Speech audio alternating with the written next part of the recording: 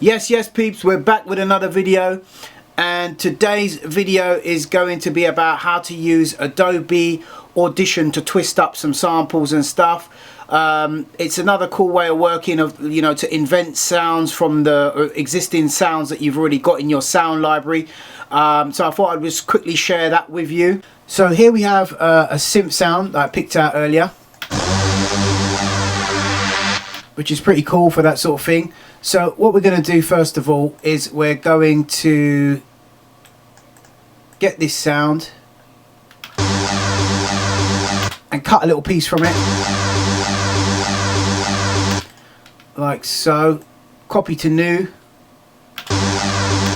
Okay, so now what we're looking for here now is kind of like a perfect loop. So let's see how this sounds if we just play it back. So it's pretty smooth, yeah. So what we're going to do now is we're going to copy it again, get this little marker here. I'm going to go Apple V, Control V, whatever. So here, and I'm going to paste that.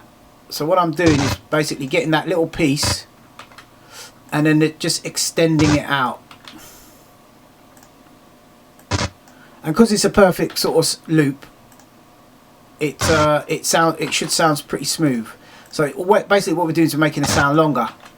So we're kind of making a sound from a sound. You're probably going to ask, well, why don't you just do that in the DAW, in your sampler, and then just loop it? Well, this is kind of like, for me, is just sort of creative mode, where I'm literally just making samples to throw in and use them at a later date, yeah? I'm throwing them into a pile. So now I've got this. And it does sound like the same thing sort of repeated. It's not like it's different from your usual loop, yeah? So the next thing I'm going to do now is I'm going to manipulate the pitch of it, yeah? So let's go to find the pitch.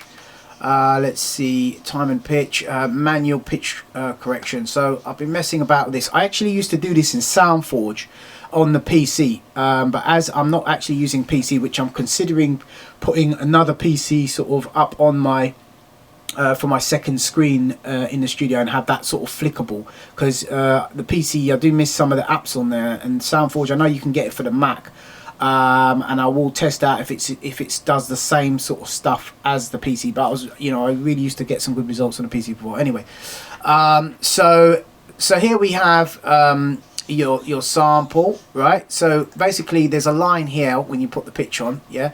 If you see this turns the pitch up and down. Right, so what you want to do here is you want to go to here, double click there, and then we could put this bit up real high, yeah, and you could start that real low if you wanted to, yeah. Let's see.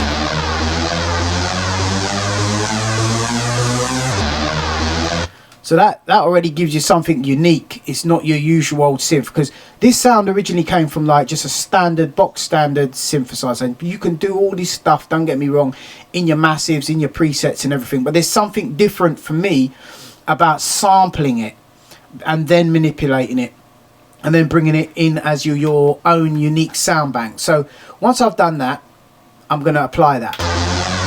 And then I could just go, I'm going to save that now. Save selection as, let's go into here. This is going into my new pack, by the way. So I'm demoing and working at the same time. You can see the sounds are developing in that pack, and I'm going to let it off soon. So this is going to be a Rise synth. Right, now the next thing you can do from here, which is pretty cool, you get the same synth again. Now this works for bass lines as well, so I'm going to show you that as well in a bit. Again, you grab a little section of that, because each time you grab a section, it's like a completely different thing. You can add effects to it and stuff, VST plugins, whatever, to change it up, make it sound really cool. Let's get this one now, and probably let's see what else we can do. Look, you've got filter. You've got other stuff you can do. I'm not going to mess about with stuff I haven't really used too much, but just for now, it's going to be the pitch correction, right? So we get that sound there. Now we can do a little bit of reversing on it. Let's put a little reverb on it now. Let's see what happens. So chuck a bit of reverb on it. And put the wet up a bit. See. So it gives it a little bit of. That kind of was kind of mad though. Still. and then we hit apply. Let's see what we get. Okay, so let's go there, and then the next thing we're going to do now is we're going to reverse it now. Reverse, there we go, reverse, right. So reverse that.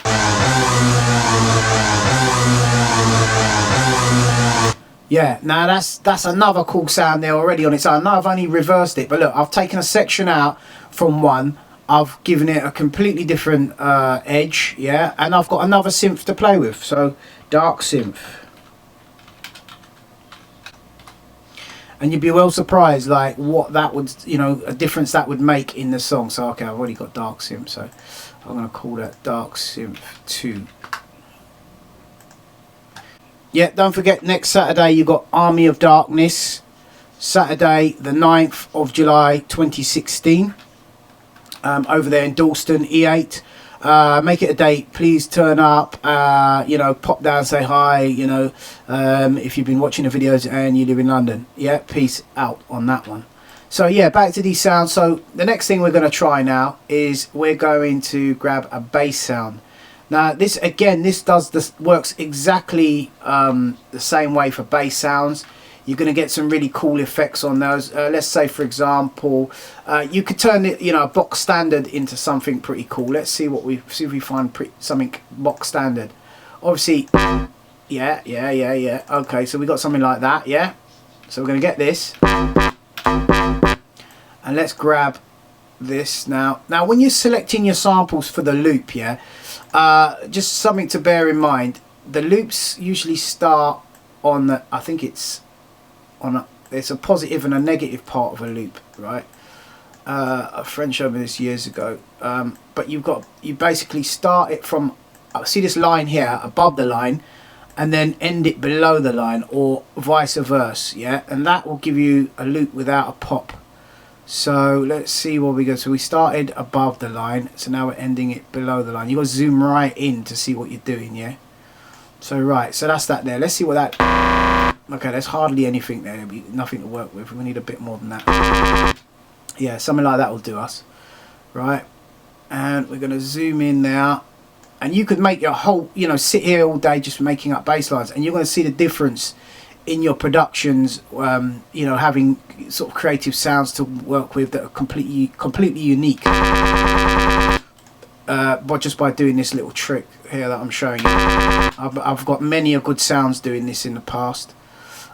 So now, so as you can see, we've got that starting on the above the line, and it's finishing hopefully below the line. Let's have a look, see how neat that is below the line. Yeah, it's below the line, see it? There you go, that red line. Okay, and that's a general rule of thumb, so to get a nice loop. So we're going to get that there, bosh, copy it, and we're going to do the same trick again. Paste, unselect, paste, unselect, paste. And once you've done that, you can actually select the whole sample. You could really go for it, like select all, copy, chuck this all the way down there. I'm sure you can do this in also Wavelab as well. I'll probably do a video about messing about with something else in there, doing the same thing soon. So okay, so there you got your little bass. Back in the same principle again. Mess about with plugins and effects. My actual plugins are not working on too well on this software at the moment, the VST stuff. But just to give you a quick run, look, yeah, let's try stretch on it as well. Look, stretch, flipping 400% stretch. There we go. Let's see what happens now. Come on. Might have to skip the video if it takes too long. That's just worth a save on its own, yeah. That is worth a save on its own. So that's just some sick bass, man. Alright, so we have a sick bass there. And then now we're going to just do the quick pitch just to end the video.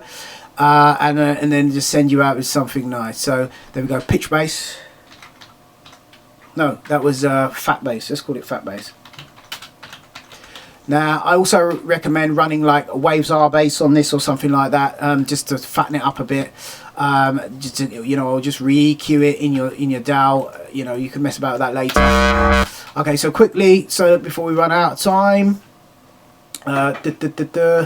so here we go. Pitch again, quick, try and get that one in. let's see, manual pitch. Yeah, again, same procedure. So we're gonna, this time let's start that from high and let's end it low and then press. Did that work? I can't see it. No. End it low, yeah, and then hit apply.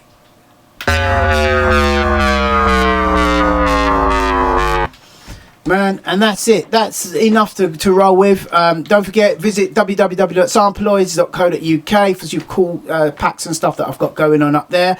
Enough respect to everyone for tuning in. There you go. I'll put a couple of these B-lines to download for you to mess about with in the description down below. Take care, God bless, peace.